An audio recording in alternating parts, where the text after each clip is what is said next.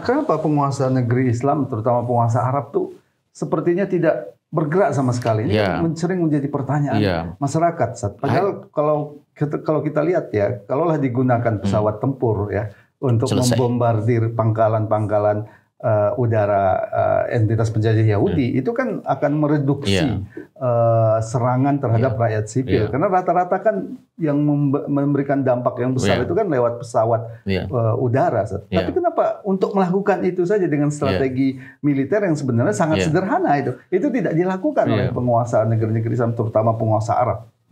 Hanya satu, karena mereka sendiri takut kekuasaannya hilang.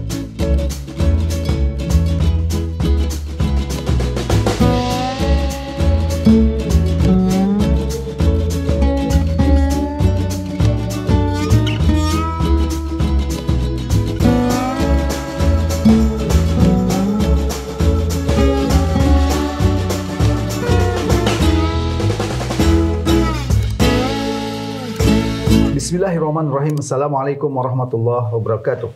Pemirsa yang dirahmati Allah Subhanahu wa taala, kembali kita bertemu dalam program Fokus to the Point. Kali ini kita akan melihat kondisi Gaza yang masih memilukan ya. Untuk itu kita akan mendiskusikan hal ini dengan Ustadz Ismail Yusanto. Assalamualaikum Ustadz. Waalaikumsalam. Dari berita kita mengetahui 800.000 warga Palestina di Gaza terancam tewas karena kelaparan dan kehausan.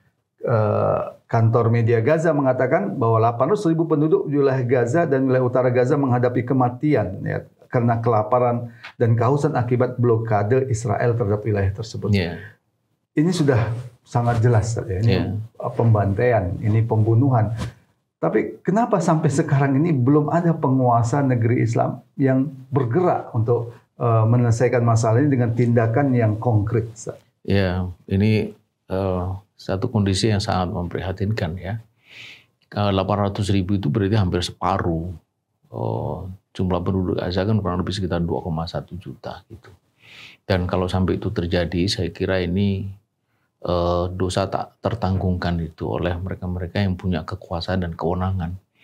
Khususnya para penguasa di negeri Muslim, khususnya lagi yang paling dekat atau yang dekat di situ, ada Mesir, ada Yordan, ada Suriah, kemudian ada Saudi gitu, dan lain-lainnya yang membiarkan itu terjadi. Itu dalam hadis riwayat Muslim dan Bukhari itu disebutkan di sana, barang siapa yang tidak menolong saudaranya yang saat atau tempat yang dia memerlukan pertolongan, maka Allah juga tidak akan menolong dia ketika dia satu saat di satu tempat itu memerlukan pertolongan. Jadi ini suatu hal yang sangat memprihatinkan sekali, sangat mengerikan sekaligus gitu.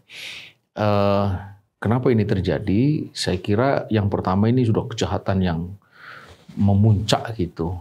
Entitas Zionis di sana yang didukung oleh negara-negara Barat yang selama ini menggembor-gemborkan tentang peri kemanusiaan, humanisme, hak asasi manusia, tapi ini hari semua kosong melompong gitu, bahwa itu semua hanya slogan-slogan yang tak berisi sama sekali.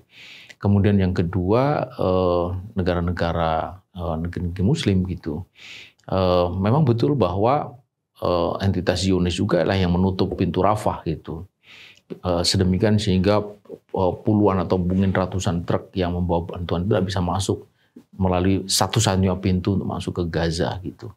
Nah tapi kan persoalannya adalah kenapa kok itu tidak bisa dibuka gitu. Padahal itu kan di wilayah Mesir gitu, atau menuju wilayah Mesir. Jikapun itu perbatasan antara Gaza dan Mesir, kan itu sama-sama negeri Muslim katakanlah begitu. Bagaimana bisa pintu yang itu ada di keduanya di wilayah negeri Muslim harus meminta izin kepada entitas Zionis dan bahkan juga kepada Amerika, itu satu hal yang sangat tidak masuk akal. Dan tidak ada tindakan apapun untuk membuka itu gitu. Anda itu dibongkar misalnya dihancurkan, itu kan terbuka gitu. Ketika itu terbuka kan kemudian orang bisa diselamatkan 800.000 itu. Kemarin entitas Zionis mengatakan bahwa mereka harus mengungsi ke selatan, ke wilayah Rafah dan sekitarnya itu. Tapi apa yang terjadi ketika pengungsian sudah dilakukan? Ternyata mereka menyerang juga wilayah itu.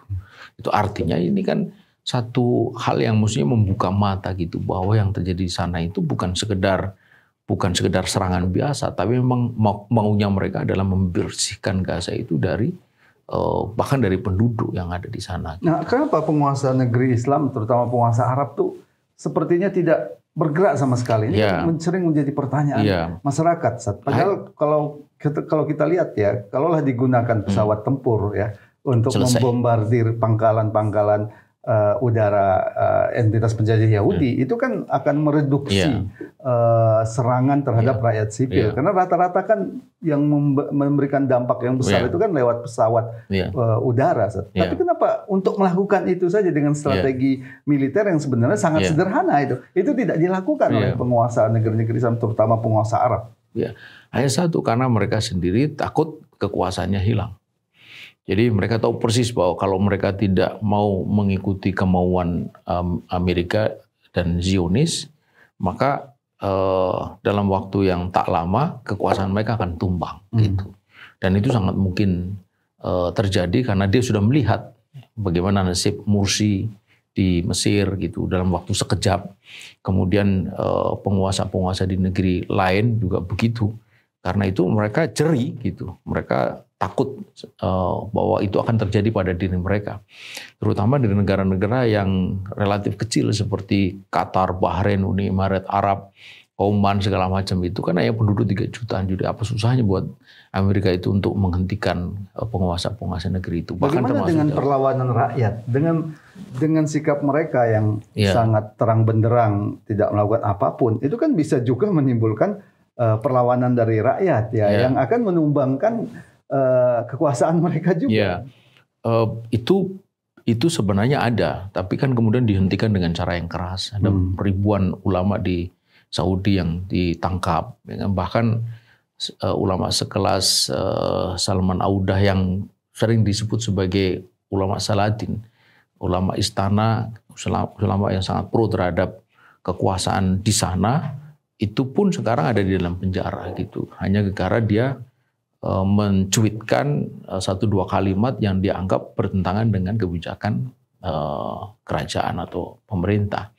Jadi itu dia ulama yang sudah begitu, apalagi yang lebih keras daripada itu. Jadi jelas sekali, dan itu diketahui oleh publik, diketahui dalam arti bahwa mereka tahu persis risiko yang akan dihadapi. Nah, disitulah yang membuat akhirnya sekalipun ada gejolak yang saya kira sangat keras, itu tidak sempat atau tidak bisa muncul ke permukaan. Sementara kalau negara-negara teluk yang lain kecil-kecil itu kemakmuran yang luar biasa itu membuat mereka kemudian berpikir gitu, mau untuk apa lagi dia harus berbuat apa ya, dia melakukan sesuatu yang akan menghilangkan ini semua gitu. Jadi hedonisme itu memang luar biasa. Persis yang dibilang oleh Nabi bahwa banyak, tetapi seperti buih busaun kahusa'ilai, di mana umat pada waktu itu kena penyakit wahan itu. Wamal wahnu ya Rasulullah, kata sahabat, hubud dunya wa karahiyatul maut. Masih gak ada harapan, Ustaz? Tentu masih ada, karena ada satu hal yang kadang kita itu tidak bisa mengindra gitu, adalah apa sesungguhnya yang sedang terjadi di balik ini semua gitu. Saya kira daya monitor kita termasuk oleh media massa itu sangat terbatas gitu. Dia tidak bisa mengcover apa yang menjadi pikiran orang, apa yang menjadi gejolak di dalam hati, dan kemudian tidak bisa mengcover apa yang akan dilakukan oleh orang. Nah itu satu hal yang sempat tercuat adalah bahwa ada pergeseran yang sangat fundamental terjadi pada anak-anak muda di Gaza, termasuk juga di tepi barat. Bahwa dulu itu pikiran mereka itu masih ada bahwa cita-cita mereka atau masa depan mereka adalah mereka lulus di perguruan tinggi, kemudian bekerja, lalu hidup begini-begini. Itu semua sekarang bergeser menjadi bahwa tidak ada lain yang lebih baik kecuali bahwa harus melakukan perlawanan. Dan tidak ada kata selesai kecuali bahwa Zionis ini harus pergi dari tanah Palestina. Ini pergeseran yang luar biasa dialami oleh anak-anak muda di sana. Ini tidak tercover oleh media massa. Jadi jika itu terjadi atau jika saat itu kemudian muncul di tengah permukaan, saya kira akan menjadi sebuah gelombang sangat besar yang tak bisa dihentikan oleh siapapun, termasuk oleh penguasa di negeri Muslim. Termasuk jejak pendapat di Saudi, yang baru-baru ini mengatakan sebagian masyarakat Saudi itu menolak normalisasi Saudi dengan Yahudi. Termasuk semakin menguat anggapan sebenarnya entitas penjajah Yahudi ini adalah negara yang lemah. Belum lagi kita bicara tentang makarnya Allah. Yang itu di luar jangkauan kita. Wa yamkuruna wa yamkurullah wallahu khairul makirin. Terima kasih Ustaz Ismail. Pemirsa, demikian tadi berbincangan kita tentang kondisi Gaza terbaru. Kaum muslimin di sana sungguh sangat menderita, tapi harapan tetap ada karena umat masih ada, keimanan kaum muslimin masih ada.